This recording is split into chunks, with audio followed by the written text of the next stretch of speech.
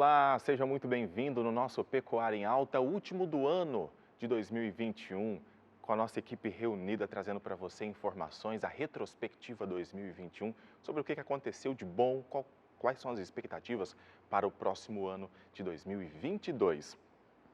No estúdio a gente está recebendo o Miguel Abdala, gerente de corte taurino, e a Luísa Mangucci, técnica de corte aqui da Alta.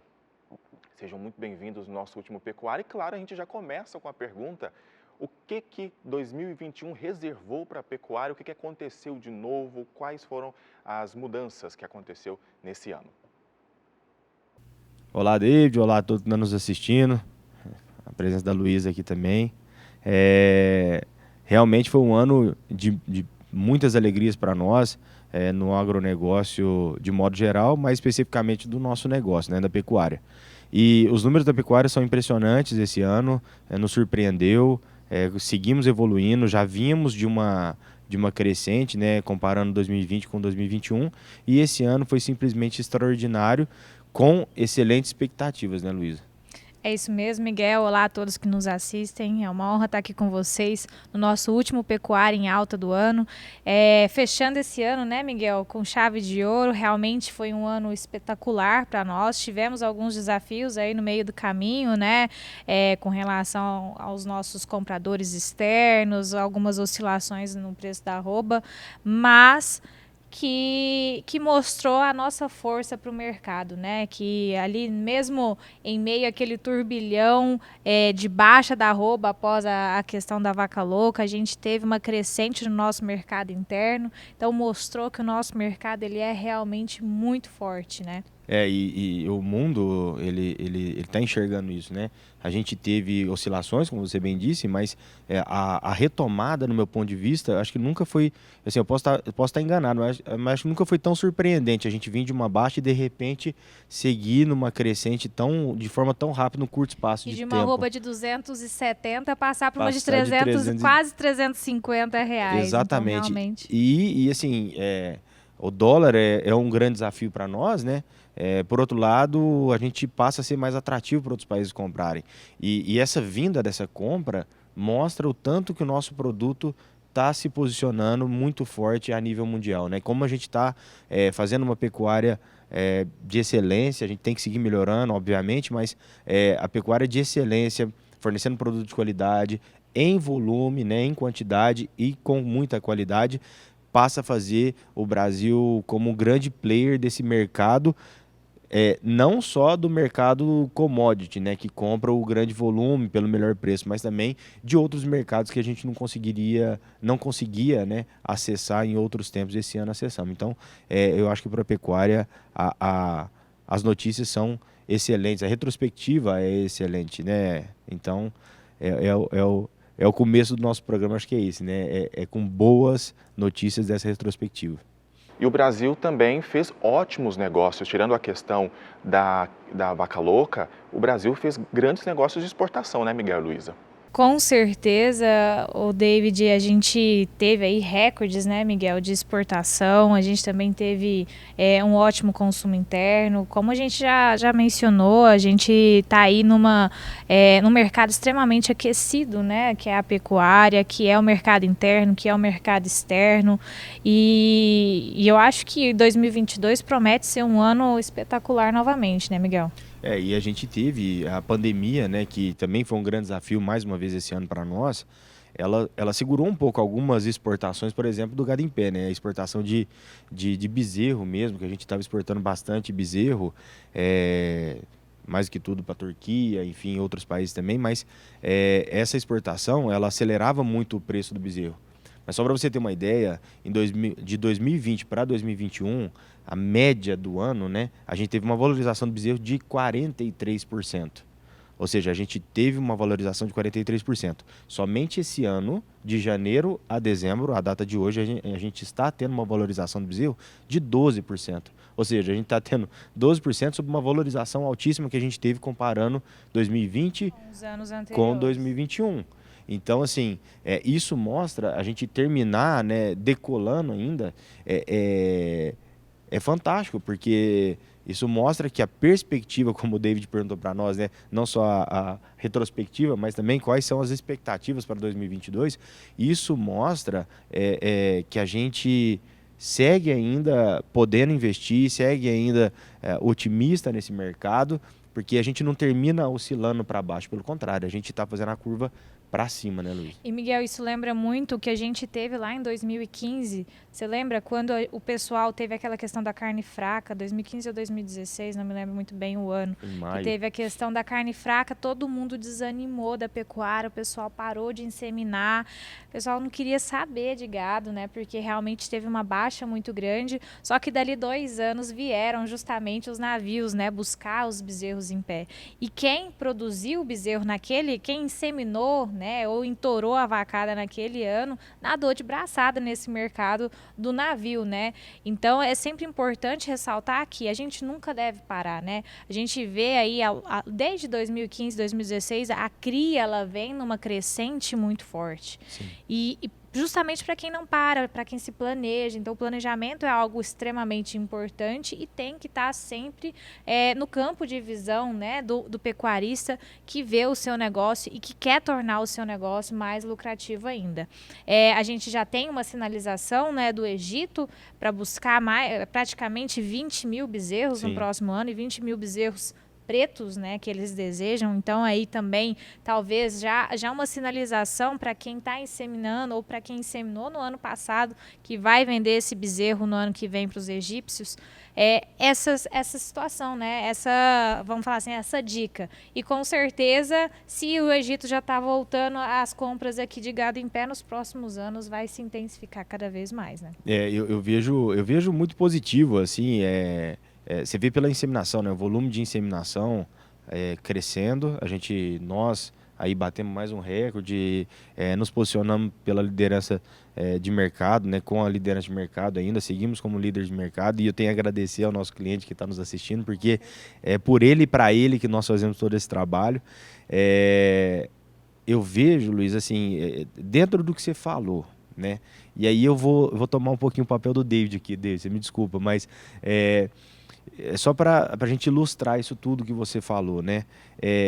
Nas fazendas que você atende, né? Que fez o plano genético há 2 anos atrás, né? Que você esteve lá junto com ele na fazenda, trabalhando junto com ele, planejando junto com ele a parte genética da fazenda, qual que é o nível de satisfação deles em fazer um plano genético, encontrar o touro adequado para o sistema de produção dele e esse touro produzir animais que deram grandes desempenho dentro daquilo que estava esperado e projetado nesse ano e pegar preços, por exemplo, próximos de R$4.000 a cabeça entre junho e agosto, né, que a gente foi quando teve a grande alta do bezerro. Qual que é o nível de satisfação desses caras? A turma só tá rindo de orelha a orelha, né, Miguel? Realmente.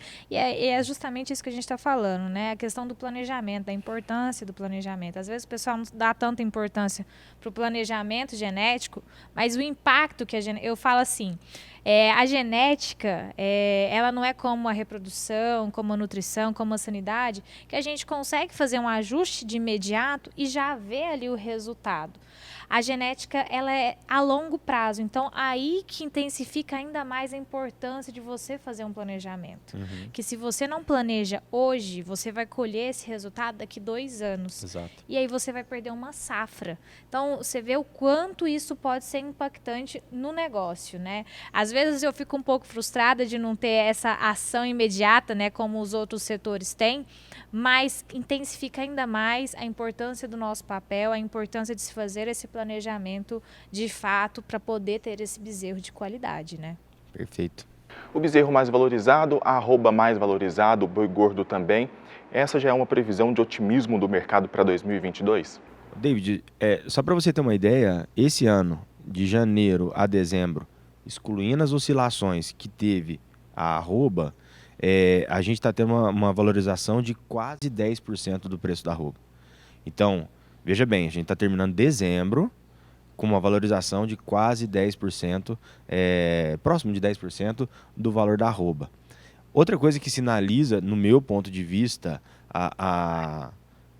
o otimismo para 2022 é a quantidade de plano genético, a quantidade de indicações que nós fizemos, de sugestões que nós fizemos para nível de reposição de matrizes, né? Por que isso é um bom balizador para nós? Porque se estão aumentando matrizes, se estão investindo mais para fabricar matrizes, isso mostra que em 2022, 2023, 2024, os nossos clientes, né, a pecuária de modo geral, mas especificamente o nosso cliente que a gente consegue falar um pouco mais preciso, a gente vê que há um otimismo altíssimo, onde ninguém está recuando o rebanho, pelo contrário, e nem mantendo, né, Luísa? Nem mantendo o rebanho. A gente está aumentando o rebanho. Isso, David, mostra para nós que o mercado está extremamente otimista e acreditando realmente que o Brasil se posicionou, está se posicionando cada vez mais como um grande player de ambos os mercados, tanto da commodity como da carne diferenciada, de qualidade, que é mais valorizada lá fora. E esse nível de reposição, para mim, é uma prova disso. Não sei se você concorda, né, Luiz? Com certeza, Miguel. E uma coisa que também, né, nos traz e nos reforça ainda mais esse cenário é o quão cresceu a inseminação, né? A gente pega as taxas de crescimento da IATF, a gente finalmente saiu daqueles afamados 10% do rebanho brasileiro é inseminado e nós já estamos com 20% do rebanho inseminado. Nós saltamos de 2019 de 16% para 20% nesse ano de 2021. Então, é um salto muito grande, porque nós estamos falando de um crescimento em cima de um número de mais de 80 milhões de cabeças. Então, e não fechou o ano, né? Só para deixar bem claro isso. Esse é uma expectativa de 20, mas que pode surpreender em muita gente. Né? Exatamente. Aí já estão se falando até de 22%, né? Da gente conseguir fechar esse ano com esse crescimento. Então, realmente é um crescimento extraordinário. Mostra que o pecuarista, ele está cada vez mais intensificando, né, o seu gado. Por que a gente vê? A gente vê crescendo o número de cabeças, porém a gente encontra-se num desafio porque estão reduzindo o número de áreas produtivas, né? Então, como que a gente conversa nesses caminhos opostos? Somente com a intensificação. E a inseminação, ela é um caminho de intensificação, né? Com certeza a gente vai produzir animais melhoradores, animais de otimização para a produção. Então, nós vamos conseguir ganhar mais dinheiro em um menor espaço. Ou no mesmo espaço, né? Ou no mesmo espaço. Mas aí entra muito aquela questão, né? E aí a gestão, a gente fala muito de plano genético, né? O planejamento genético da fazenda, porque ele conversa muito com o planejamento de gestão mesmo em si, planejamento financeiro, planejamento de manejo nutricional, enfim, sanitário. Um dos balizadores, né, um dos indicadores, melhor falando, é justamente a produção de quilos por hectare. Assim, para exemplificar bem o que você está falando, é justamente isso, é a gente aumentar a produção de quilos por hectare. Como é que você aumenta a produção de quilos por hectare? Não é só aumentando a área, pelo contrário, é você na mesma área produzindo mais quilos ou mais arrobas por hectare. E aí a genética é de extrema importância dentro desse cenário, porque é ela que na hora que for exposta a um bom ambiente, a um ambiente adequado, a um ambiente onde teve um investimento interessante, é ela que vai manifestar e tem esse potencial de produzir mais quilos ou mais arrobas por hectare. É o que a gente fala, aquela expressão, né, que a gente aprende na faculdade, que é a interação genótipo-ambiente, né? A genética top 01 no ambiente top 01, ela vai ser muito mais bem otimizada, né, do que no ambiente qualquer. E uma coisa que você falou, Miguel, que é importante a gente ressaltar, é a questão da reposição, né? Muitas vezes a gente sempre tem esse questionamento no campo que é, ok, vocês estão falando aí de um mercado aquecido para bezerro, seja ele no cruzamento, que a gente falou dos egípcios vindo buscar, seja ele no zebu, e aí, qual que vai ser a minha proporção de zebu e cruzamento dentro do meu rebanho? E é difícil a gente ter essa receita de bolo, né? Recentemente eu tive esse questionamento, e esse questionamento ele não tem uma resposta de pronta. Infelizmente a gente vai ter que decepcionar o pessoal de casa, mas esse questionamento, pessoal, a gente tem que entrar para dentro da fazenda, entender qual que é a sua realidade, justamente aquilo que o Miguel falou, se você está expandindo, se você está estabilizando o seu rebanho, ver onde que você está, onde você quer chegar, para justamente definir esse valor, essa porcentagem de reposição e essa porcentagem que vai para cruzamento. Aqueles 30% que o pessoal fala de reposição, tomem cuidado. Receita de bolo não funciona muito bem na biologia, né? E a gente sabe, acabaram de dizer para a gente que não existe receita de bolo. Mas quem está se planejando para 2022 está um pouquinho tarde. Quais são os erros que são cometidos? David, eu costumo falar muito que mais difícil de você achar que está tarde, né, e não investir, é muito mais complicado você achar que está tarde e não investir do que você investir mesmo achando que está tarde. Isso é um fato, porque se você ficar protelando o teu investimento, você sempre vai estar atrasado, não faz sentido você deixar de investir. Trazendo mais uma vez para o nosso negócio, né, dentro da pecuária, o sêmen, o valor dele em percentil, né, se você pegar o preço do bezerro, aí a gente está falando de 1%, a gente está falando de 2 quilos, 3 quilos no máximo de bezerro que você produz. O valor do preço, né, do quilo do bezerro, a gente está falando de 2 quilos, 3 quilos que você produz, é o que é o valor do sêmen, né? De um bezerro a gente está falando aí que tem pessoas chegando aí a 300 quilos na desmama, né? 280, 300 quilos, vamos falar aí de 250 quilos que seja. A gente está falando aí de um investimento muito baixo para o retorno que dá. Mais uma vez, David, a gente tem várias situações em que pode falar para nós se está tarde ou não, né? Dependendo muito da época da estação de monta, dependendo muito de qual é o melhor mercado dele, ou quando que são vendidos mais valorizados animais para quem vende, seja bezerro, seja boi, enfim. Mas eu gostaria de deixar essa mensagem aqui, né? É pior você investir tarde do que você não investir e o ano que vem você já está atrasado, entrar tendo que trocar o pneu com o carro andando, a dificuldade é muito maior, né, Luiz? Realmente, nunca é tarde, né, gente? Essa é a palavra. Acho que nunca é tarde para a gente fazer o planejamento, seja ele antes, durante ou depois. Aí, o importante é realizar esse planejamento, né? Dentro da fazenda existem os ciclos, né? Estação de monta, nascimento, enfim. O produtor ele consegue fazer algo diferente, mas sem sair do seu objetivo? David, tem uma frase que a gente fala aqui dentro da alta, e que, se eu não estiver enganado, é uma frase do Einstein, né? Que é insanidade você fazer o mesmo e esperar um resultado diferente, né? Por mais que o ciclo seja convencional, você vai lá, vai inseminar, não sei o que e tal, você tem uma estação pré-definida, por mais que essa parte do manejo do teu gado, ela seja cíclica, né? Cíclica, ou ela tem uma determinada rotina, não significa que você tem que ficar estagnado. São duas coisas completamente diferentes. A rotina e a estagnação são duas coisas completamente diferentes, né? A gente acabou de falar justamente isso, David. Você pode, tendo esse ciclo dentro da tua fazenda já pré-definido, que não deixa de ser uma parte do planejamento, por exemplo, investir em aumento de produtividade por hectare. Você pode investir, por exemplo, na pastagem para poder colher um pouco melhor os níveis de ganho de peso da tua fazenda, alimentar melhor as matrizes que estão dentro da tua propriedade. Adubação, né? Investimentos a longo prazo. Existe uma frase, né?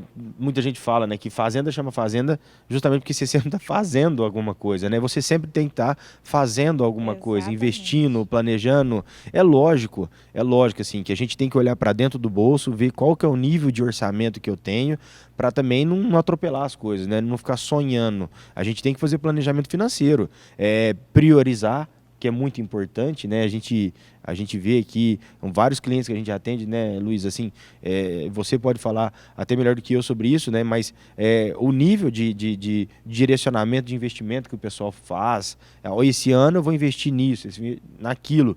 E dentro da pecuária, é o que a Luísa falou. Onde eu estou, onde eu quero chegar. Beleza, eu quero produzir, eu quero que minha fazenda produza mais quilos por hectare dentro do rebanho que eu tenho. Opa, o seu percentil de reposição é X. Não, eu quero aumentar o meu plantel. Eu quero produzir mais, mas eu quero continuar aumentando o meu plantel. Seu nível de reposição ou de indicações para reposição de matrizes é X mais alguma coisa. Então, assim, olhar para dentro da fazenda, fazer uma anamnese da fazenda, fazer um diagnóstico da fazenda para definir esses parâmetros é de extrema importância. E por fim, David, assim, você falou assim, ó, é tarde para quem quer investir. Pode até ser tarde para quem estava pensando numa estação que começou em agosto, setembro. Mas para mim é cedo e é o tempo correto de sentar e analisar planos, conquistas, desafios, o que deu certo, o que não deu certo. O momento é agora. Passou as festas aí, dia 2 de janeiro, senta com todo mundo, faz uma reunião com a tua equipe, veja o que deu certo, veja o que não deu certo, veja a expectativa que a fazenda está, onde ela pode chegar, sem dar passos exorbitantes dentro de uma realidade. Eu acho que esse diagnóstico, essa análise, aí sim, se você fizer essa pergunta, é tarde ou não é, eu acho que o momento é agora. É sentar e planejar 2021 para estar colhendo lá para quem vende bezerro em 2023. Miguel, e assim, complementando, né, como o David falou, se você já tem o seu ciclo, se você já está fazendo o arroz com feijão bem feito, aí você entra na parte do incremento, você entra na busca de trazer atualizações, de trazer intensificação para a fazenda. E aí você consegue otimizar essa produção de mais arrobas por hectare. A gente sabe que essa otimização de produtividade, ela não vem do dia para a noite. Então, com certeza, assim, é o que a gente sempre fala, né? Tá na nossa boca aqui do começo ao fim desse programa. A palavra planejamento é tudo. E não comece dando 3 passos à frente do que você pode. Faça essa anamnese, entenda onde você está. Às vezes é importante a gente dar um passo para trás para depois dar 2 para frente, para poder fazer bem feito e conseguir atingir o nosso objetivo, que é produzir mais em um menor espaço de tempo, com menores investimentos, talvez, né, com menores gastos. Então, é dessa forma que a gente consegue atingir os nossos objetivos. O Brasil não só exportou, mas também importou animais, especialmente a alta. Trouxe animais de grande gabarito para incrementar ainda mais a nossa bateria de animais aqui da alta, né, Miguel e Luísa? A gente falou dessa questão dos desafios, né, que nós passamos pela pecuária e nós como fornecedor de genética, né, nós como os difusores dessas genéticas, né, dos nossos fornecedores, na verdade, também nós temos altíssimos desafios. O dólar, por exemplo, a oscilação do dólar é um grande desafio para nós, enfim. E justamente por isso que sentamos lá em 2019, pensando nas possibilidades, analisando as possibilidades, e desde 2020 que a gente tem trazido touros que são altamente demandados do mercado. Nós temos trazido esses touros para o Brasil, para quê? Ficar menos exposto a essa oscilação de dólar. O investimento é alto? É alto, mas ele vale a pena, porque a gente sempre vai ter disponibilizado para o nosso cliente, para o nosso parceiro, os touros mais demandados do mercado. Então, é alto investimento, mas o próprio nome já diz, é um investimento. São 26 touros da nossa bateria que estão aqui em Uberaba, né? Touros americanos que estão aqui em Uberaba, justamente, e assim, é boa outra pergunta, que ele ilustra a necessidade de se fazer um planejamento e de que momentos como esse de pandemia e de oscilação de dólar e tudo mais, da gente não ficar tão exposto quanto se a gente não tivesse esses touros aqui. Poder disponibilizar esses touros não só para visitação, mas também disponibilizar a genética deles, o material genético deles para o nosso cliente, é de extrema importância, é fundamental, mas esse processo ele só aconteceu, ele só foi realizado porque houve um planejamento árduo, muito bem pensado e justamente para que a gente não sofresse tanto com esses desafios que a gente teve durante 2021. Com certeza, Miguel. E mais importante, né, e mais interessante do que trazer os touros para a gente não ficar à mercê do mercado, à mercê dessa dolarização que ela oscila tanto, né? O interessante é a genética que a gente trouxe, né, Miguel? O quão diverso são esses touros geneticamente. A gente está aqui falando da importância do planejamento genético e a gente vem batendo ao longo dos últimos anos a importância do direcionamento de acordo com o sistema de produção, né?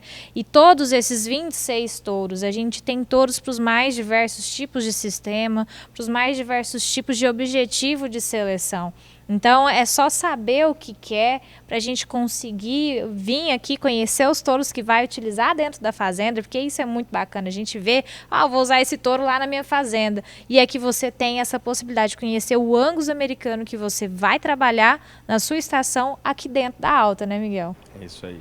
Miguel e Luiz, a gente já está chegando na reta final do nosso programa. Eu quero perguntar para vocês dois, o que o mercado de corte reserva para 2022? Bom, acho que a gente só falou de otimismo aqui, não significa que vamos ter desafios, mas eu acredito que, mais uma vez, a colheita vai ser muito melhor do que a praga. Eu acho muito menos devastadora, vai ser fantástico. Eu não é um otimismo, como diz Luiz, assim, sonhador, não é um otimismo só por otimismo, é um otimismo analisando números, analisando dados. Mais uma vez, pegamos um final de ano que, se a gente analisar só 2021, se a gente comparar 20 com 21, aí melhora mais ainda os números, mas só comparando 2021, a gente sai de janeiro muito bom, terminando num dezembro excelente.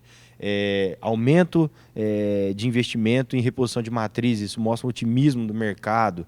Sinalização, como a Luísa disse, de Egito, enfim, outros países também que historicamente não eram grandes compradores do Brasil. Enfim, a Rússia já sinalizou compra do Brasil, enfim. Sim, eu acho que nós estamos no caminho certo, nós estamos fazendo bem feito, mais uma vez, não que não possamos melhorar. E nós estamos nos preparando para isso, David. Para você ter uma ideia, o otimismo nosso é tão grande que o aumento da importação de doses é maior, há uma possibilidade de vir mais touros. Estamos contratando como nunca contratamos. Justamente esse investimento que está acontecendo agora já é pensando na safra 22-23, já é pensando na estação de monta 22-23. Se vocês não acreditarem no meu otimismo por palavras, vejam os números da Alta, o número de touros que cresceu na nossa lista de preços. Em números, a gente consegue provar que estamos bastante otimistas e que, com certeza, 2022 será um ano excepcional.